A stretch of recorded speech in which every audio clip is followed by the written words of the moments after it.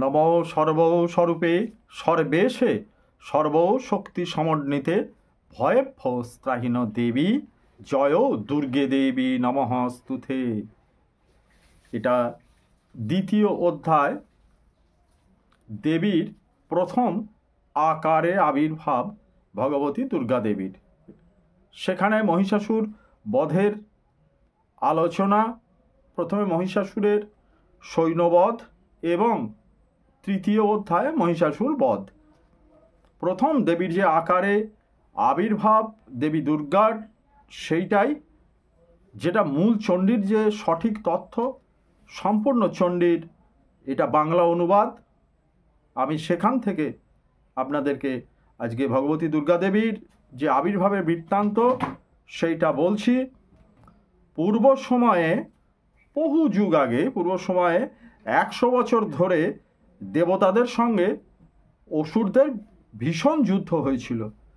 সেই যুদ্ধে দেবতারা পরাজিত হয়েছিলেন, ইন্দ্রের ইন্দ্রত্ব চলে গিয়েছিল, দেবতাদের অধীশ্বর ইন্দ্র তিনি পরাজিত হন সেই সমস্ত মহাবীর অসুরদের হাতে।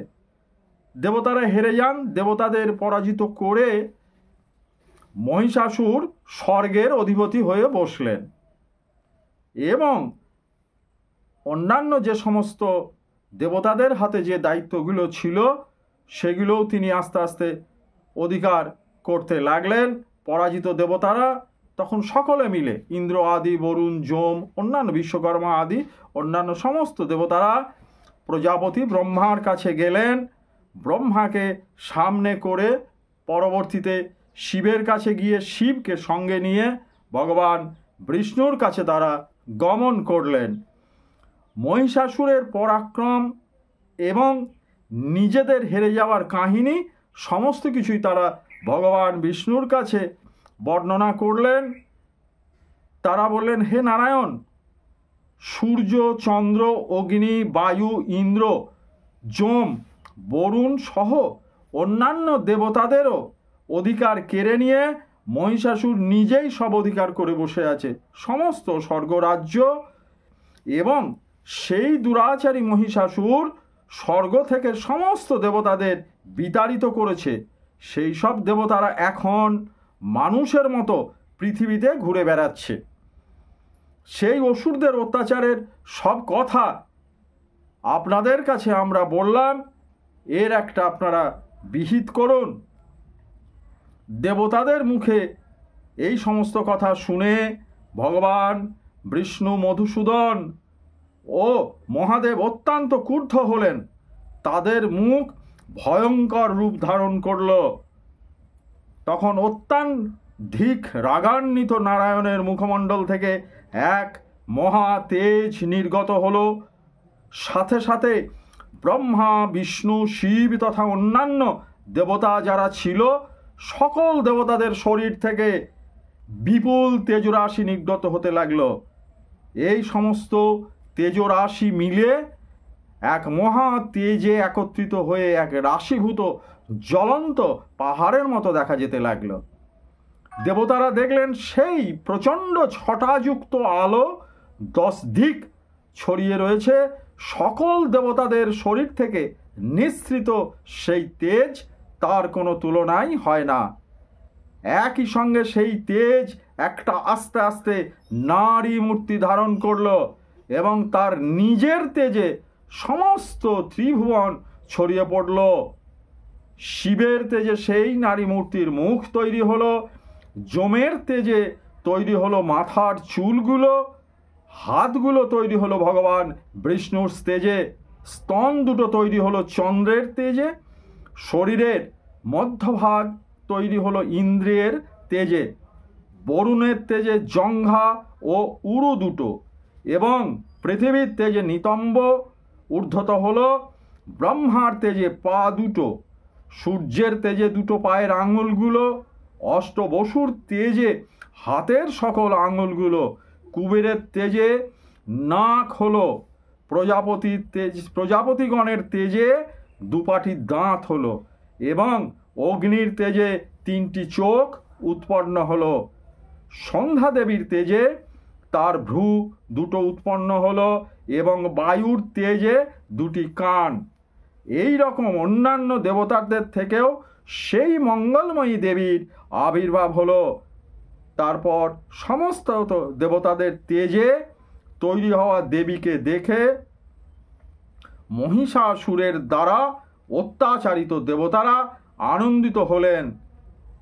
এইবার শিব তার ত্রিশূল থেকে একটা ত্রিশূল উৎপাদন করে দিলেন, বিষ্ণু চক্র থেকে চক্র তৈরি করে দিলেন। এইভাবে বরুণ দিলেন শঙ্খ, অগ্নি দিলেন শক্তি, পবনদেব একটা ধনুক ও বাণ দ্বারা পূর্ণ দুটি তুন দিলেন। দেবরাজ ইন্দ্র দিলেন বজ্র, ঐরাবত হাতির গলার থেকে একটা ঘণ্টাও খুলে দিলেন। যমরাজ দিলেন কালদণ্ড, জলের দেবতা বরুণ নিজের পাশ থেকে একটা পাশ, ব্রহ্মা রুদ্রাক্ষের মালা এবং একটা কমণ্ডল দিলেন দেবীকে।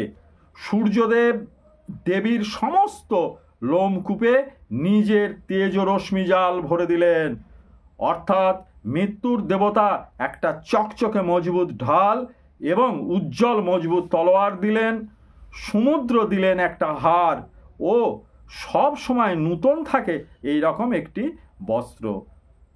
সঙ্গে অনেক চূড়ামণি, দুটো কানের, হাতের বালা, কপালের অলঙ্কার, উজ্জ্বল অর্ধচন্দ্র, সকল বাহুর জন্য কেয়ুর, নূপুর, গলার হার, আঙুলগুলো আংটি দিয়ে সাজিয়ে দিলেন।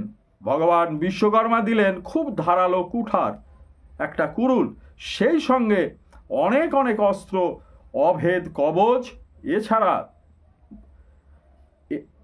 এছাড়া মাথা এবং বুকে ধারণ করার জন্য অম্লান পদ্মের মালা। সমুদ্র তার একটা অতি সুন্দর পদ্মফুল দিলেন। বাহন স্বরূপ সিংহ ও নানা রকম রত্ন তুলে দিলেন পর্বতের রাজা হিমালয়। আর ধনকুবের সব সময় সুরা ভর্তি থাকে এমন একটা খাবার পাত্র। এবং নাগেদের রাজা বাসুকি, যিনি এই পৃথিবীকে ধারণ করে আছেন, দেবীকে দিলেন অনেক দামি পাথরের সাজানো হার। এইভাবে অন্যান্য দেবগণ অলঙ্কার অস্ত্রশস্ত্র দিয়ে দেবীকে সম্মানিত করলেন। এই সমস্ত জিনিসের সজ্জিতা হয়ে দেবী বারংবার অট্টহাস্য করে হুঙ্কার করতে লাগলেন। সেই মহান ঘোর আওয়াজে আকাশ বাতাল পাতাল সমস্ত জগৎ কাঁপতে লাগলো। দেবীর সেই সিংহের ডাক ও ভয়ানক প্রতিধ্বনি উঠল। তার চারদিক এবং 14টা ভুবন সব শুদ্ধ এবং 7টা সমুদ্র কেঁপে উঠতে লাগলো। পৃথিবী বিচলিত হলো আর পাহাড়গুলো দুলতে লাগলো। তখন তো দেবতারা খুশিতে আনন্দে তারা সেই সিংহ বাহিনীর জয়ধ্বনি দিয়ে বললেন, হে দেবী, তোমার জয় হোক। তুমি মুনি ঋষিগণ ভক্তি ভরে প্রণাম করলেন, স্তব স্তুতি করলেন দেবীর বিবিধ উপায়ে। সমস্ত ত্রিলোকবাসীকে স্বতন্ত্র দেখে অসুরেরা নিজেদের সমস্ত সৈন্যদের সাজগোজ করে অস্ত্রশস্ত্রাদি ওপরে তুলে যুদ্ধের জন্য প্রস্তুত হতে বললেন। তারাও প্রস্তুত হলো। মহিষাসুর তখন রাগে সেখানে এসে বলল, আহ, এসব কি? একথা বলে সব অসুরদের নিয়ে সেই সিংহনাদের দিকে ছুটল এবং সেখানে গিয়ে যিনি নিজ শরীরের জ্যোতিতে ত্রিভুবন আলোকিত করে রেখেছেন সেই দেবীকে দেখতে পেল। তার পায়ের ভারে পৃথিবী নত হয়ে পড়েছে, তার মাথার মুকুট আকাশে ঠেকে গেছে এবং তার ধনুকের টঙ্কার পাতাল পর্যন্ত ও সপ্ততল পর্যন্ত আলোকিত করছে। তার 1000 বাহু 10 দিকে ছেয়ে গেছে। তিনি দাঁড়িয়ে আছেন। তখন অসুরদের সাথে দেবীর যুদ্ধ আরম্ভ হলো। নানা রকম অস্ত্রের ছড়াছড়িতে তার 6টা 10 দিক উদ্ভাসিত হতে লাগলো। মহিষাসুরের সেনাপতি চিক্কুর দেবীর সাথে যুদ্ধ করতে লাগলো। চতুরঙ্গ বাহিনী পরিবেষ্টিত হয়ে চামর ও অন্যান্য অসুরগণকে সঙ্গে নিয়ে যুদ্ধ আরম্ভ করলো। 60,000 রথীদের নিয়ে উদগ্র নামে অসুর যুদ্ধ আরম্ভ করলো। 1 কোটি রথী নিয়ে মহা হনু যুদ্ধ করতে এলো। অশিলমা নামে মহা অসুর, যার গায়ের লোমকূপগুলো খাঁড়ার মতন তীক্ষ্ণ ছিল, 5 কোটি রথী নিয়ে যুদ্ধ আরম্ভ করলো। 60 লক্ষ রথী নিয়ে বাষ্কলাসুর যুদ্ধক্ষেত্রে যুদ্ধ করতে লাগলো। পরিবারিত নামে অসুর বহু সহস্র হাতি ও ঘোড়ায় চড়া সেনাদের নিয়ে কোটি কোটি রথীকে নিয়ে যুদ্ধ করতে লাগলো। বিড়াল নামে মহাসুর 5 অর্বুদ রথীদের নিয়ে যুদ্ধ আরম্ভ করলো। এছাড়াও অন্যান্য বহু সংখ্যক অসুরগণ রথ, হাতি, ঘোড়া, সৈন্য সামন্ত নিয়ে দেবীর সাথে যুদ্ধ করতে লাগলো। স্বয়ং মহিষাসুর সেই যুদ্ধে কোটি কোটি সহস্র রথ, হাতি ও ঘোড়ায় চাপা পড়া সৈন্যদের নিয়ে যুদ্ধ করতে আরম্ভ করলো। সেই সব অসুরেরা শাবল, ভিন্দিপাল, শক্তি, মুসল, মুগুর, খাঁড়া, কুরুল এবং পট্টিস প্রভৃতি অস্ত্রসমূহ দ্বারা দেবীর সাথে যুদ্ধ করতে লাগলো।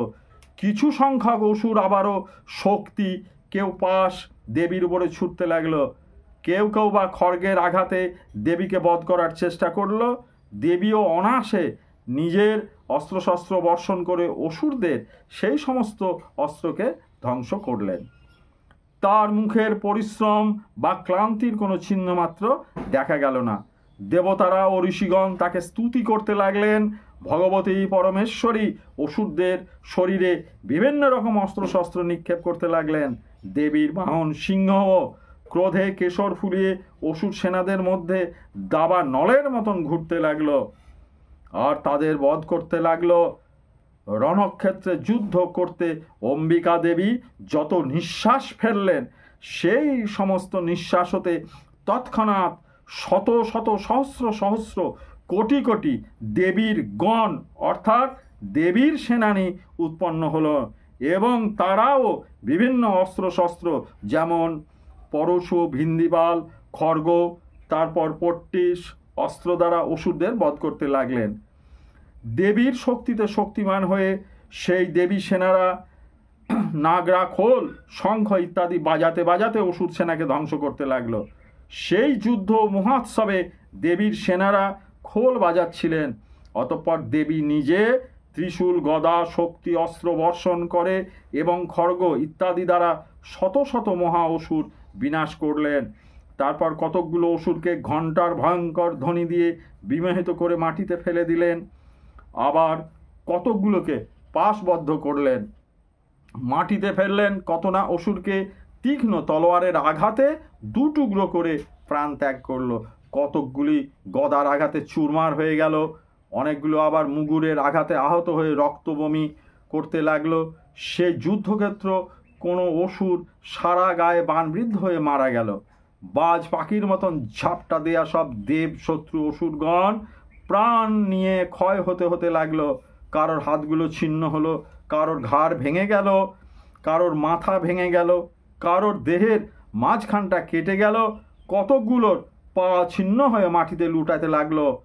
অনেককে দেবী 1 পা 1 হাত আবার 1 চোখ করে দ্বিখণ্ডিত করে মাটিতে ফেলে দিলেন।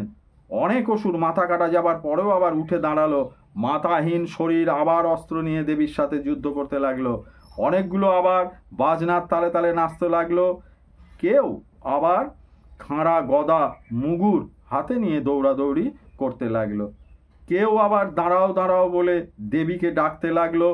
যেখানে ওই বিশাল মহাযুদ্ধ হয়েছিল সেখানকার জায়গাগুলি দেবীর দ্বারা মারা যাওয়া সব রথ, হাতি, ঘোড়া এবং অসুরদের মৃতদেহ এমন গাদা হয়েছিল যে সেই সব জায়গায় চলাফেরা করাও যাচ্ছিল না। অসুরদের হাতি, ঘোড়া এবং মরা দেহ থেকে এতই রক্তপাত হয়েছিল যে সেখানে রক্তের নদী বইতে লাগলো। আগুন যেমন খড় ও কাঠের বিশাল গাদাকে ক্ষণকালের মধ্যেই ছাই করে দেয়, ভগবান দেবী জগদম্বাও তেমনি অল্পক্ষণের মধ্যে অসুরদের বিশাল সেনাকে বিনাশ করে ফেললেন। আর সিংহও ভীষণ গর্জন করে ডাকতে ডাকতে অসুরদের দেহ থেকে প্রাণ বের করে নিচ্ছিল। দেবীর সেনারাও অসুরদের সাথে এমন ভীষণ যুদ্ধ করলেন যে আকাশ থেকে দেবতাগণ তাদের উপর পুষ্পবৃষ্টি করে আনন্দ প্রকাশ করতে লাগলো। এইভাবে মহিষাসুরের সৈন্যবধ হলো। এরপরে 3য় অধ্যায় মহিষাসুর বধ মহিষাসুর কিভাবে বধ হয়েছিল সেইগুলো শুনবেন। এইখানেই দ্বিতীয় অধ্যায়ের বিশ্রাম। নমস্কার। ওম তৎসৎ।